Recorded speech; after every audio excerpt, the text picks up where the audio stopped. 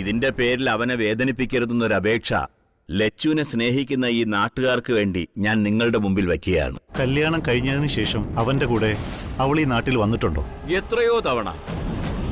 ലച്ചുവിന്റെ മുത്തശ്ശിയുടെ മാസബലിക്കും അവർ വന്നു.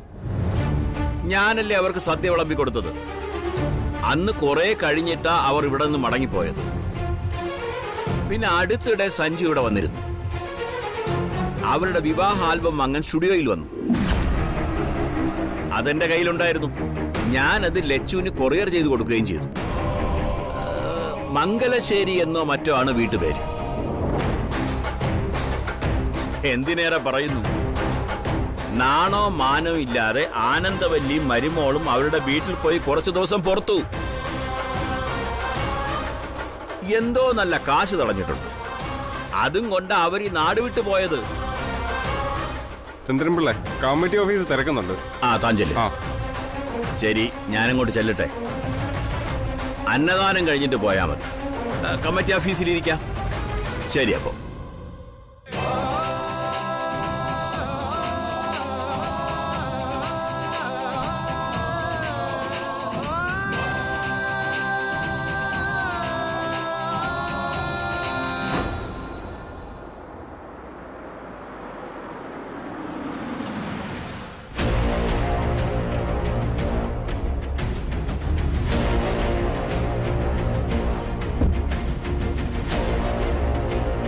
ആരോ വന്നല്ലോ. ഞാൻ പോയി നോക്കിട്ട് വരാച്ച.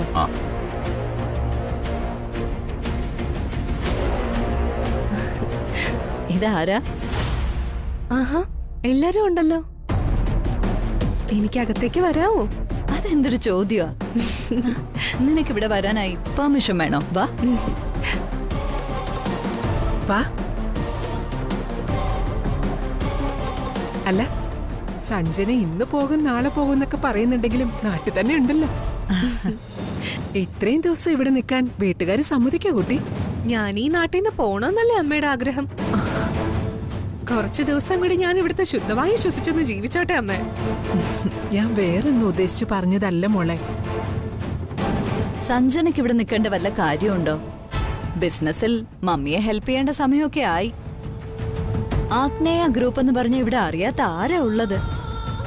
നമ്മുടെ കമ്പനിയുടെ 10 ഇരട്ടി ആസ്തിയാ ആഗ്നേയ ഗ്രൂപ്പിന്. ദേ, അതിന്റെ ഏക അവകാശിയാ കയറി വരട്ടെ എന്ന് പെർമിഷൻ ചോദിക്കുന്നത്.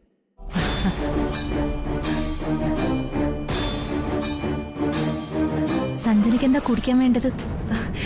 എനിക്കിപ്പോ ഒന്നും വേണ്ട. നിങ്ങളെ എല്ലാം ഒന്നിച്ചിങ്ങനെ കാണുന്നത് തന്നെ സന്തോഷമുള്ള കാര്യ. ഞാൻ മുത്തശ്ശിയുടെ അടുത്ത് കുറച്ചു നേരം ഒന്നിരുന്നോട്ടെ. അതിനെന്താ, വാ ഇവിടെ വന്നിരിക്കെ.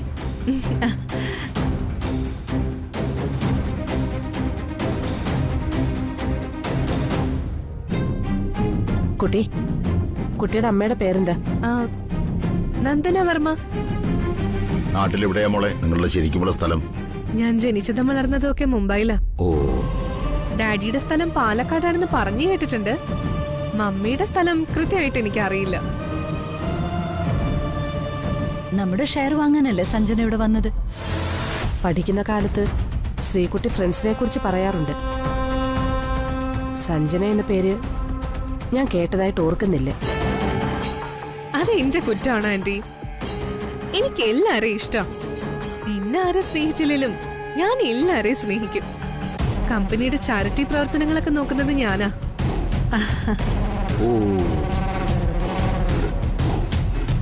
നമ്മളെ ഇഷ്ടപ്പെടാത്തവരുണ്ടെങ്കിൽ ഒരു കാലത്ത് അവര് നമ്മളെ തിരിച്ച് സ്നേഹിക്കുക തന്നെ ചെയ്യും.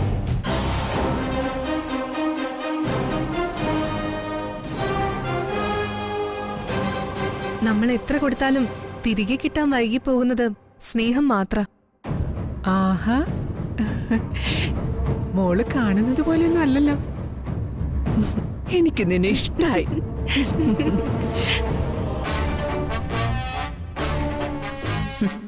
നീ അതങ്ങ് സമ്മതിച്ചല്ലോ.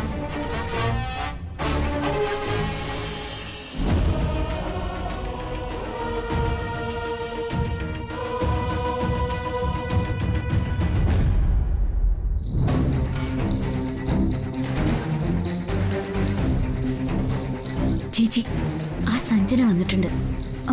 എന്നിട്ട് അവളെവിടെ? മുത്തശ്ശി അടുത്ത് പിടിച്ചിരുത്തി സംസാരിക്കാം. ചേച്ചി ഉറങ്ങുന്നതായിട്ട് ഭാവിച്ചോ? അവള് വന്നിട്ട് പോട്ടെ. ചേച്ചി ഒരു മണ്ടിയായി പോവരുത്. സഞ്ജന നല്ല മനസ്സോടെയാണ് വരുന്നതെങ്കിൽ എനിക്ക് സന്തോഷം മാത്രമേ ഉണ്ടാവൂ. പക്ഷേ അവള് വരുന്നത് ചേച്ചിയെ മാനസികമായി കൂടുതൽ തളർത്താനാ. ഇനി ഒന്നിനും കഴിയില്ല എന്നുള്ള തോന്നൽ അപ്പ ചേച്ചിക്കുണ്ടാവും. പിന്നെ ആവശ്യമില്ലാത്ത കുറെ ചിന്തകള് ചിന്തിച്ചു കൂട്ടുകയും ചെയ്യും. സഞ്ജുവിനെ കൊണ്ട് സത്യം ചെയ്യിപ്പിച്ച കാര്യമല്ലേ നീ പറയുന്നത്? ഞാൻ കഴിക്കുന്ന വീര്യമുള്ള മരുന്നുകളാ പല വിധത്തിലുള്ള ചിന്തകൾ മനസ്സിലുണ്ടാക്കുന്നതും ചില നേരങ്ങളിൽ എന്നെ കൊണ്ട് ഓരോന്ന് പറയിപ്പിക്കുന്നതും. നിന്നെ സഞ്ജുവിനെ ഞാൻ തെറ്റിദ്ധരിച്ചത് പോലും മരുന്നുകളുടെ റിയാക്ഷനാ. അദ്ദേഹം ഇപ്പൊ വിഷമം പറയാൻ വന്നാ ഞാൻ ആ വഴിയിൽ പോലും നിൽക്കില്ല.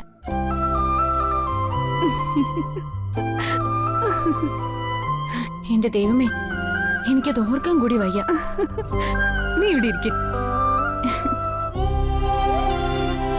എത്ര വട്ടം നിന്നോട് ഞാൻ സോറി പറയണം?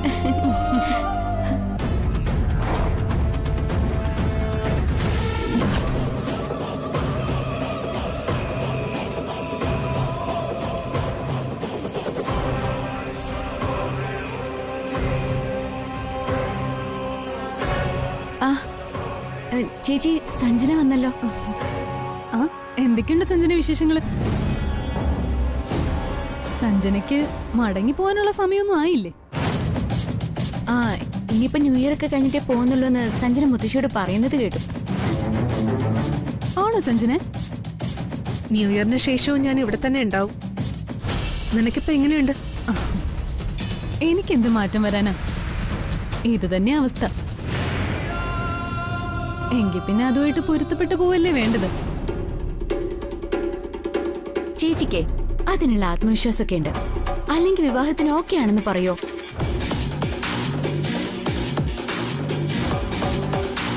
വിവാഹോ? അതെങ്ങനെ നടക്കും? വിവാഹം നടക്കുന്നത് എങ്ങനെയാന്ന് സഞ്ജനയ്ക്ക് അറിയില്ലേ?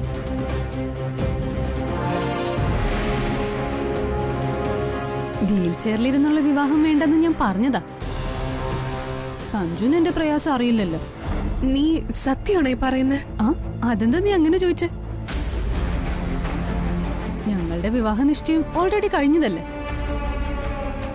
സഞ്ജന കരുതുന്നത് ബെഡിലും വീൽ ചെയറിലും കഴിയുന്ന ചേച്ചി എങ്ങനെ വിവാഹത്തിന് തയ്യാറാവുന്ന.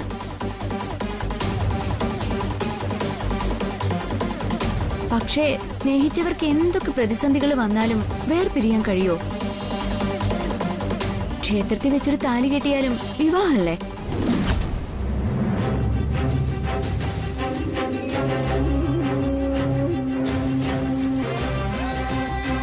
ഞാൻ ആദ്യം കരുതിയത് സഞ്ജുവായിട്ട് അകലാന്ന. പക്ഷെ സഞ്ജുവിന് അതിന് കഴിയില്ലെന്ന് എനിക്ക് മനസ്സിലായി. അങ്ങനെ കുറെ സീനൊക്കെ ഉണ്ടായി. നിന്റെ അവസ്ഥ എനിക്കാണ് വന്നതെങ്കിൽ നീ എന്നെ ഉപേക്ഷിച്ചു പോവെന്ന് സഞ്ജു എന്നോട് ചോദിച്ചു. എന്റെ ശരീരത്തെ അല്ല,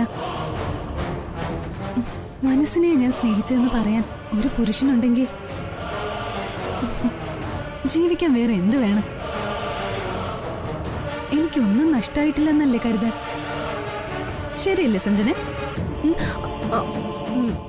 ശരിയാണ്. അമ്മു, സഞ്ജനയ്ക്കൊരു ചായ കൊടുക്ക്. ചിരിച്ചും കളിച്ചും കുറെ നേരമായിട്ട് തുടങ്ങിയിരിപ്പാ. ഇനി എനിക്കൊന്ന് കിടക്കണം. നല്ല ഉറക്കമെന്ന് തുടങ്ങി. ചേച്ചി കുറെ നേരം കിടന്നോ? സഞ്ജനയുടെ കാര്യം ഞാൻ ശ്രദ്ധിച്ചോളാം. ചേച്ചി ആരും ബുദ്ധിമുട്ടിക്കാൻ വരില്ല.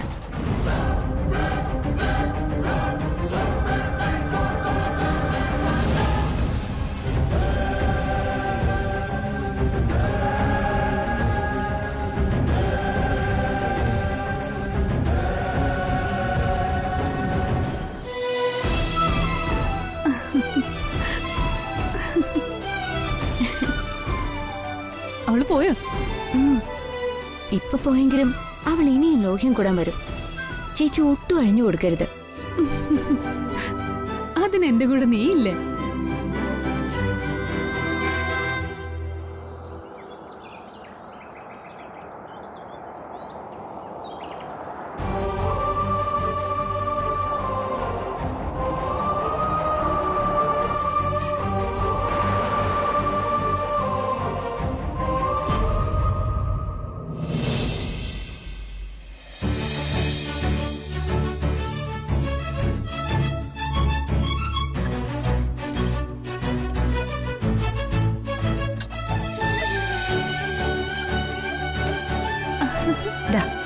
പിടി. ഒന്ന് വന്ന് സഹായിക്കണ്ട അമ്മു. ഓ അതെ, പുറത്തൊന്നുമില്ലേ? അവിടെയല്ലേ രാത്രിയിലെ പരിപാടി. സഞ്ജു എത്തുമ്പോഴേക്കും ഒരുക്കങ്ങളെല്ലാം തീർക്കണം. ശ്രീകുട്ടി, നിന്നെ പ്രഭ വിളിച്ചോ? അമ്മേ, അച്ഛന് ഫോൺ വിളിച്ചിട്ട് എടുക്കുന്നില്ല. റിങ് ചെയ്യുന്നുണ്ടോ? ആ, റിങ്ങുണ്ട്. ആ റിങ്ങുണ്ടെങ്കിൽ പ്രഭ ഇങ്ങോട്ടുള്ള യാത്രയിലാവും. സാധാരണ അവിടെ റേഞ്ച് കിട്ടുന്ന സ്ഥലം അല്ല, അല്ലേ അമ്മു? ആ അത് എല്ലായിടത്തും റേഞ്ച് കിട്ടില്ല എന്നേ ഉള്ളൂ. പ്രഭേട്ടൻ അവിടെ പോയിട്ട് നിങ്ങൾ ആരെയും വിളിച്ചില്ലേ? ഇല്ല. ഒരു തവണ ഞാൻ വിളിച്ചപ്പോ ക്ഷേത്രത്തിലാണെന്നും പറഞ്ഞു കട്ട് ചെയ്തു പ്രഭ. പ്രഭ വന്നോണ്ടിരിക്കുകയായിരിക്കും. വെറുതെ ടെൻഷൻ അടിക്കേണ്ട കാഞ്ചനെ. ഞാൻ വിളിച്ച അച്ഛൻ ഫോൺ എടുക്കേണ്ടതാ. എന്നോട് പറയാതെ അച്ഛൻ പോയത്. ഇനി അച്ഛൻ മറ്റെവിടെങ്കിലും ആണോ പോയെന്ന് എനിക്ക് സംശയമുണ്ട്. അമ്മയോട് വെറുതെ പറഞ്ഞതാവും. ഞാൻ വിളിച്ചപ്പോ ക്ഷേത്രത്തിൽ തന്നെയായിരുന്നു. അത് എനിക്ക് മനസ്സിലായി.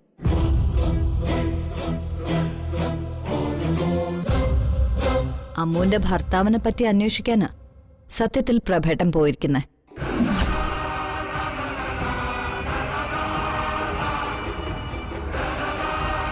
പ്രഭേട്ടനെ ഞെട്ടിച്ച വല്ല വിവരങ്ങളും കിട്ടിയതായിക്കൂടെ? ഓ, കവിത ഇപ്പോഴും അത് വിട്ടിട്ടില്ലല്ലേ? ഏതിനെ പറ്റിയാണെന്ന് ദിനേശനൊന്ന് പറ, എല്ലാവരും കേക്കട്ടെ.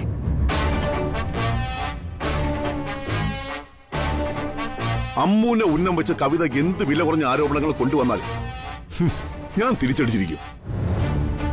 അതിന്റെ ദോഷം കവിതയ്ക്ക് മാത്രമായിരിക്കും. നിന്നോട് സംസാരിക്കാൻ വന്നത് എന്റെ തെറ്റാ. അമ്മുവിന്റെ ഭർത്താവിനെ കണ്ടുപിടിക്കേണ്ട എന്ത് കാര്യമാ പ്രഭയ്ക്കുള്ളത്? പ്രഭയ്ക്കൊരു വിലയില്ലേ? അച്ഛൻ അതിനാ പോയതെങ്കിൽ എനിക്ക് വേണ്ടി തന്നെയാ. അമ്മുതാ നിൽക്കുന്നു. ശ്രീകുട്ടി ലക്ഷക്കണക്കിന് രൂപ പല തട്ടിപ്പുകാർക്കും കൊടുത്ത് അമ്മുവിന്റെ ഭർത്താവിനെ കണ്ടുപിടിക്കാൻ നടക്കുന്നു. പ്രഭേട്ടനും കിലോമീറ്ററുകൾ താണ്ടി കാർ ഓടിച്ചു പോയിരിക്കുന്നു. എന്തിനാ ഇതിന്റെയൊക്കെ ആവശ്യം? ഇവളെ കൊണ്ട് പറയിപ്പിക്കാൻ ഇവിടെ ആരുമില്ലേ? അതോ ഇവൾക്ക് നാവില്ലേ?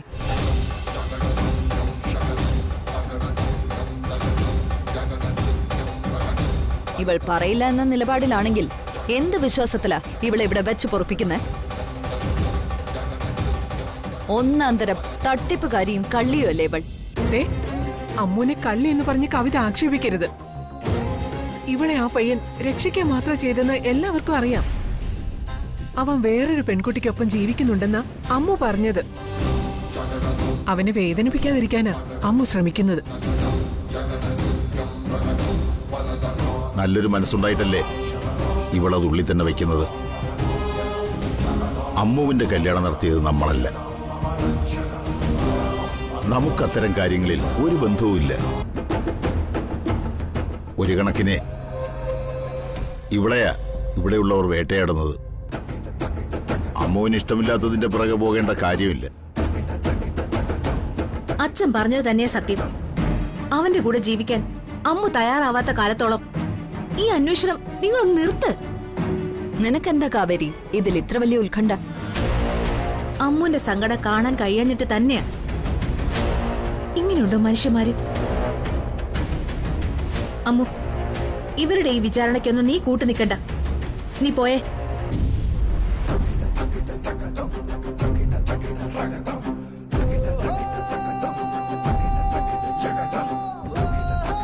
ശ്രീകുട്ടി കരുതുന്നത് അമ്മുന്റെ ഭർത്താവിനെ കണ്ടുപിടിച്ച അമ്മുന് ഡിവോഴ്സ് കിട്ടുമെന്നല്ലേ? ഞാൻ അവൾക്ക് ഡിവോഴ്സ് വാങ്ങിക്കൊടുക്കും. അമ്മുനെ എനിക്ക് നന്നായിട്ട് അറിയാം. ഡിവോഴ്സ് പെറ്റീഷനിൽ അവള് സൈൻ ചെയ്യാൻ വന്നിട്ട് വേണ്ടേ?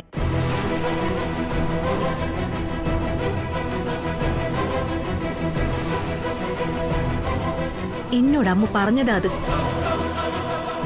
അവന്റെ മുന്നിൽ പോലും പോവില്ലെന്ന് പറഞ്ഞവളാ കോടതി കയറി ഇറങ്ങുന്നത്. ദയവായി നിങ്ങൾ ഈ നാടകം ഒന്ന് നിർത്ത്. എനിക്ക് പറയാനുള്ളതും അത് തന്നെയാ. ആ പെണ്ണിന് വല്ല ജോലി വാങ്ങിക്കൊടുത്ത് ഈ വീട്ടിൽ നിന്ന് മാറ്റി താമസിപ്പിക്കാൻ നോക്ക്. എനിക്ക് പിറക്കാതെ പോയ മകളാണെന്ന് സെന്റിമെന്റ്സ് പറഞ്ഞിട്ടൊന്നും കാര്യമില്ല.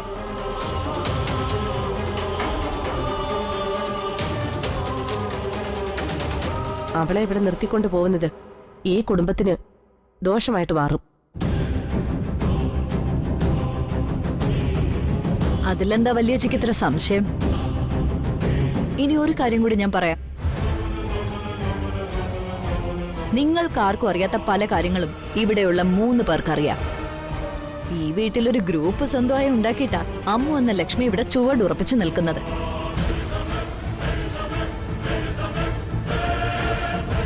എന്തായാലും കവിതയുടെ വാക്ക് വെറും വാക്കാവില്ല.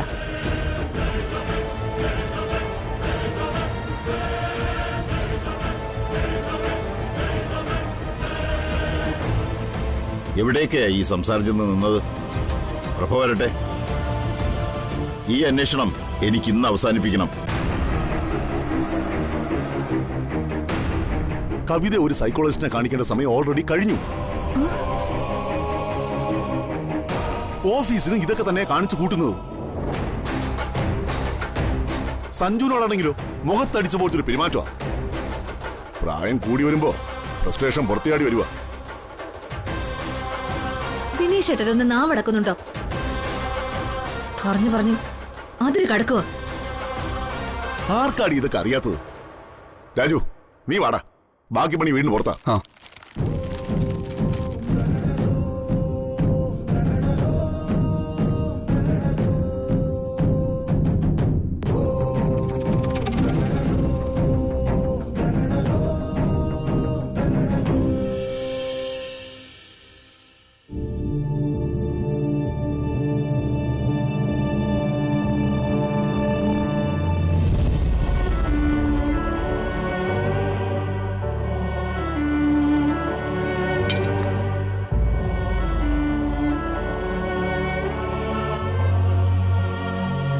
എന്റെ ദേവി, അച്ഛന്റെ കാതല് എനിക്ക് അദ്ദേഹത്തിന് ദോഷാവുന്ന ഒന്നും ആരും എത്തിച്ചു കൊടുക്കല്ലേ.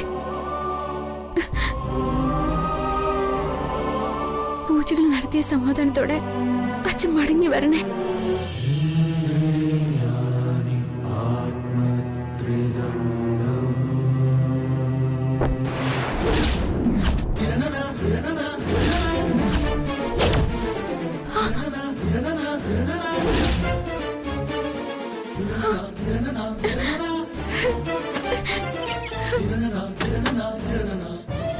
അച്ഛനറിഞ്ഞു, എല്ലാം അച്ഛനറിഞ്ഞു.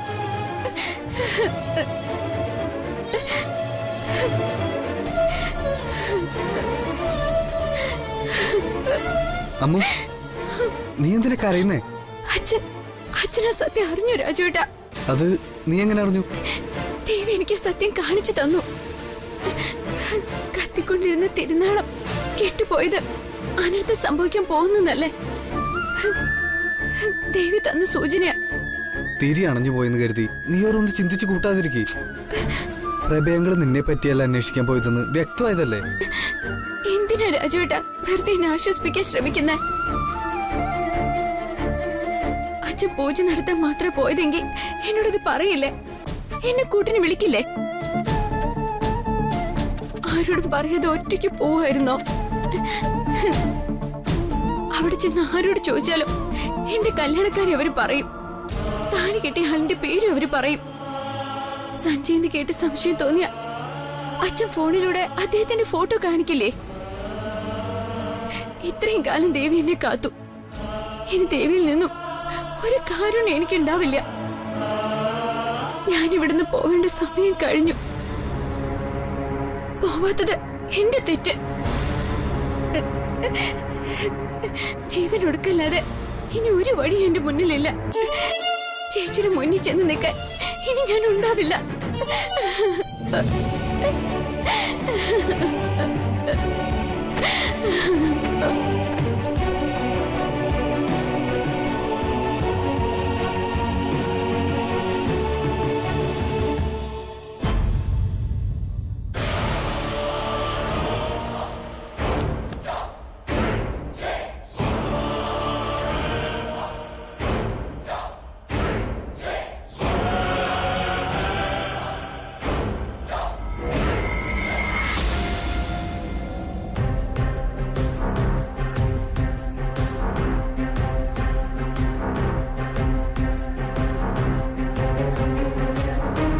നിക്കേ.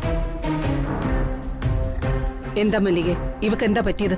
അത് പിന്നെ ഇവള് സ്വാതിയെ കാണാൻ പോയിട്ട് മനസ്സ് വിഷമിച്ചാ വന്നത്. കാരണമൊന്നും എന്നോട് പറഞ്ഞില്ല. മംഗലശ്ശേരിക്കാരുടെ ശരിക്കുള്ള മുഖം ഇവക്ക് അറിയില്ലല്ലോ. ചിരിയുടെയും ചതിയുടെയും ഇരുമുഖങ്ങളുള്ള കള്ള നാണയങ്ങളാ അവിടെ ഉള്ള ഓരോ മനുഷ്യരൊന്ന് എന്റെ മോൾ അറിയാനിരിക്കുന്നതേ ഉള്ളൂ.